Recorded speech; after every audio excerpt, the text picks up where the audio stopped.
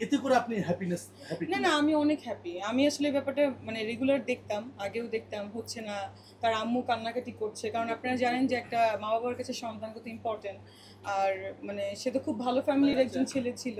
আর সে মানে উনার যে স্টাইলটা আমার মনে হয় ২৯ বছর পরেও দেখা যায় এখন মানে অনেক ছেলেরা ওরকমই করছে। অনেক না, সব ছেলেরাই আমার মনে হয়।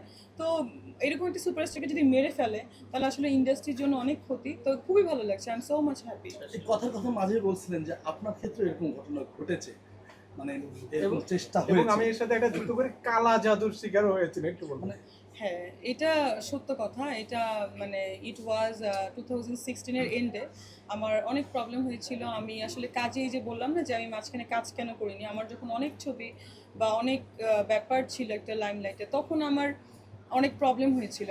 মানে ডক্টর ধরতেই পারছিল না যে আমার কি হয়েছে। আমি আইসিইউতে ছিলাম ১ মাস অলমোস্ট। কেউ এটা জানে না। আমি ইন্ডিয়াতে অ্যাডমিট ছিলাম, সেখান থেকে সিঙ্গাপুর ছিলাম। তো এগুলো হয় আসলে, এগুলো হয়। বাংলাদেশে মিষ্টাপু, এগুলো হয়। আপনার কাছে আমার একটা প্রশ্ন। আপনাকে নিয়ে তো অনেকদিন ধরে একটা গুঞ্জন চলছে সোশ্যাল মিডিয়াতে, যে গুঞ্জন